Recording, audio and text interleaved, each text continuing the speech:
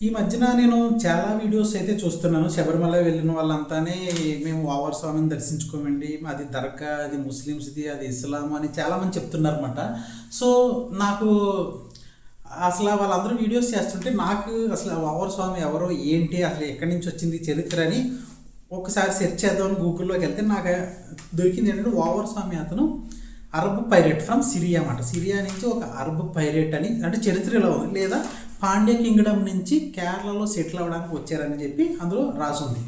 So lord Ayyappa instructed king of Pandya, అంటే పందల రాజుకి ఈయన చెప్పాడనమాట, కళ్ళలో కనిపించి ఇలా పలానా వావర్ స్వామికి నా గుడి కట్టు అని. అసలు వావర్ స్వామి ఏంటంటే ఫస్ట్ ఆఫ్ ఆల్ అయ్యప్పతో విభేదించారు, అంటే యుద్ధం అని కాదు, ఇప్పుడు విభేదించడం వేరు, యుద్ధం చేయడం వేరు. చాలామంది వీళ్ళిద్దరూ ఎలాగా అంటే అయ్యప్ప స్వామి అనేది అది ఒక దైవాంత స్వరూపం కదా, ఈయన ఒక మనిషి ఎలా కలుస్తాడు అనేది చాలామంది ఇప్పుడు ఏదైతే చెప్తున్నారో. సో ఇవన్నీ కథలు మనకు రాశారు.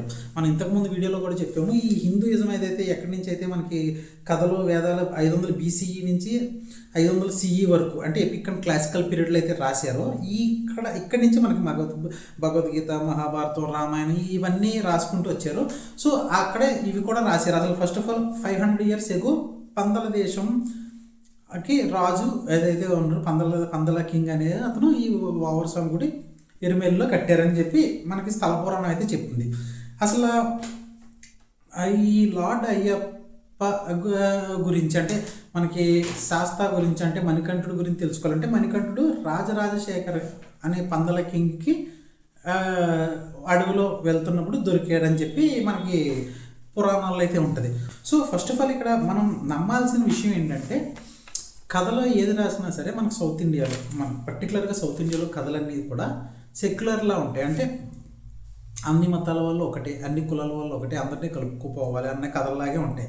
సో ఇది కూడా ఆ ఉద్దేశంతో రాసింది. సో దాన్ని బట్టి మనం వెళ్ళే వాళ్ళందరూ నమ్మే వాళ్ళు నమ్ముతారు, నమ్మలేని వాళ్ళు నమ్మరు. నమ్మలేని వాళ్ళ గురించి ఏమీ చెప్పలేము, నమ్మే వాళ్ళ గురించి ఏమీ చెప్పలేము. ఎందుకంటే హిందూయిజంలో ఎవరన్నా నమ్ముకోవచ్చు. అది హిందూయిజం అనేదే, అది Hinduism is a way of life అని మనం ఇంతకుముందు వీడియోలో చెప్పుకున్నాం. ఇలాగే మనకు మిగిలిన చాలామంది దేవుళ్ళు కూడా ఉన్నారు. ఇప్పుడు మనకి బీబీ నాంచారమ్మ కూడా ముస్లిం డివోటీ అని చెప్తాం అన్నమాట. అసలు బీబీ నాంచారమ్మ కథ ఎక్కడ అంటే 12th century to 16th century మధ్యలో ఎక్కడో ఉంటుంది. లార్డ్ వెంకటేశ్వరకి మొత్తం పూజలు చేయడం కానీ, లేదంటే అసలు వెంకటేశ్వర స్వామి ప్రత్యక్షం అయితే ఆ వెంకటేశ్వర స్వామిని ఆవిడే చూసుకుంది అని చెప్పి ఇతిహాసాలు చెప్తారు. ఆ వెంకటేశ్వర స్వామి ఎలా కనిపిస్తారు, లేదంటే ఆవిడకి ఎందుకు కనిపించారు, ముస్లింలు అప్పుడు వెంకటేశ్వర స్వామి లేడు కదా, ఇవన్నీ చర్చించుకోవడానికి కాదు. నమ్మకం అనేది అబోవ్ ద సైన్స్, గుడ్డి నమ్మకం అనేది కాదు. నమ్మకం అనేది ఇప్పుడు మనం ఒక్కటి ఏంటంటే దేవుడు ఉన్నాడు లేడు అని మనం డిస్కస్ చేసుకుంటాం. కానీ రోజు 3 పూట్ల భోజనం చేసేవాళ్ళు రోజు అంటే ఒక 100 రూపాయలు సంపాదించడానికి, తిండి తినడానికి కూడా కష్టపడి సంపాదించే వాళ్ళు ఒక హోప్తో బతుకుతారు. అంటే దేవుడు రేపు పొద్దున్న నాకు ఏదో చూస్తాడు, ఏదో మంచి చేస్తాడని హోప్తో బతుకుతారు. ఆ హోపే లేకపోతే కానీ సొసైటీ అయితే ముందుకు వెళ్దాం. సో ఆ యొక్క హోప్ని మనం ఎందుకు కాదనాలి, వాళ్ళ యొక్క బిలీఫ్ని మనం ఎందుకు కాదనాలని నా ఒపీనియన్ అనమాట. సో ఏమో వాళ్ళకి కనిపించిందేమో. ఇప్పుడు మనం ఏం చెప్పగలం? ఇంతకుముందు ఒక వీడియోలో కూడా నేను ఒక అతను చెప్పడం చూశాను. నువ్వు బయటికి వెళ్ళినప్పుడు ఒక చెట్టు కనిపించింది, ఆ చెట్టుకి దండం పెట్టుకొని బయటికి వెళ్ళావు, ఆ రోజు ఎందుకు, ఆ రోజు నీకు మంచి జరిగింది. అక్కడి నుంచి నీకు ఇంకా రోజు దండం పెట్టుకొని వెళ్తాను అంటే, ఆ చెట్టుకి దండం పెట్టుకొని వెళ్తే మంచి జరుగుతుంది అని అడగడానికి మనం ఎవరు? అది వాళ్ళిద్దరి మధ్యన ఉన్న లైన్ మాట. అందుకే బిలీఫ్ ఇన్ ఏ గాడ్, అదంటే మతం కానీ belief in a God is a narrow line between I and God, అంతే తప్ప ఇందులో పక్క వాళ్ళ గాడ్లు మంచోడా కాదా, పక్క వాళ్ళ గాడ్ ఇలా చెప్పాడు, మా గాడ్డే మంచోడు, లేదా మా రిలీజియనే మంచిది అని డిస్కస్ చేసుకోవడానికి కాదు ఈ కథలన్నీ రాసినాయి అనేది నా ఒపీనియన్. ఒకటి, రామదాసు అసలు పేరేంటి? కంచర్ల గోపన్న. ఈయన 17th centuryలో ఉన్నాడు. ఈయన రాముడు గుడి కట్టించాడు. ఈ విషయం అంతా అందరికీ తెలుసు. ఇక్కడ ఆభరణాల విషయం వస్తే తానిషా జైల్లో వేశాడు అనేది అందరికీ తెలుసు. జైల్లో ఆల్మోస్ట్ 12 ఏళ్ళు ఉన్నాడు. అంటే 1665 CE నుంచి 1677 CE వరకు జైల్లో అయితే ఉన్నారు.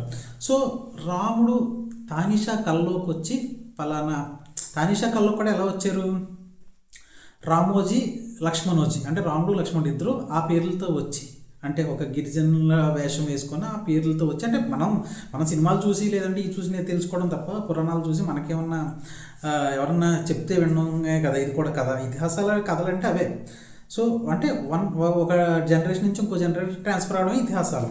సో ఆయన తానిషా కల్లోకి వచ్చి రాముల వారు లేదంటే లక్ష్మణుడు ఇలాగా ఆయన విడిపించండి, ఆభరణాలన్నింటికి డబ్బులు అదే గోల్డ్ కాయిన్స్ మేమే ఇస్తాము అన్నట్టు చెప్పడం వలన ఆ కథలో దాన్ని బట్టి ఆయన విడిపించారు. అప్పుడు అంటే ఇక్కడ మనకి రాముల వారు ఎవరి కల్లోకి వచ్చారు, తానిషా కల్లోకి వచ్చారు, అంటే ఒక ముస్లిం కల్లోకి వచ్చారు. అంటే ఇక్కడ ఇక్కడ కూడా సెక్యులర్ భావజాలమే కనిపిస్తుంది. సో ఇంకొక మీకు భక్త కబీర్ దాస్, ఆయన కూడా హిందూ ముస్లిం అంతే కదా. భక్త కబీర్ దాస్ కూడా శ్రీకృష్ణుని కొలిచాడు. సో 1440 సిఈ నుంచి 1518 సిఈ వరకు ఆయన యొక్క బోధనలు ప్రవక్తలు ఇవన్నీ ఉన్నాయని అందరికీ తెలిసింది.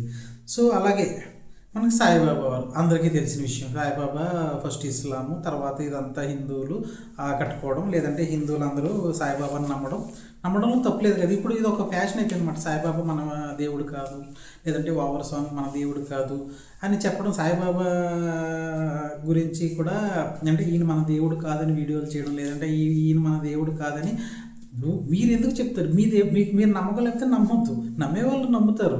మీరు నమ్మొద్దు అని ఎందుకు చెప్పి వాళ్ళకన్నా ఎక్కువ మీరే ఎక్కువ తలుచుకుంటారు అన్నమాట. అప్పుడు ఎవరు బిలీఫ్ వాళ్ళది. ఒకరోజు ఎవరన్నా ఒక అతను మీకు హెల్ప్ చేశారనుకోండి, ఆయనే మీకు దేవుడు, ఆయనే నేను నమ్ముతాను అంటే కాదన్నని మనం ఎవరు అనేది ఇది నా ఒపీనియన్ అనమాట. మీ ఒపీనియన్ కామెంట్ రూపంలో తెలియచేయండి.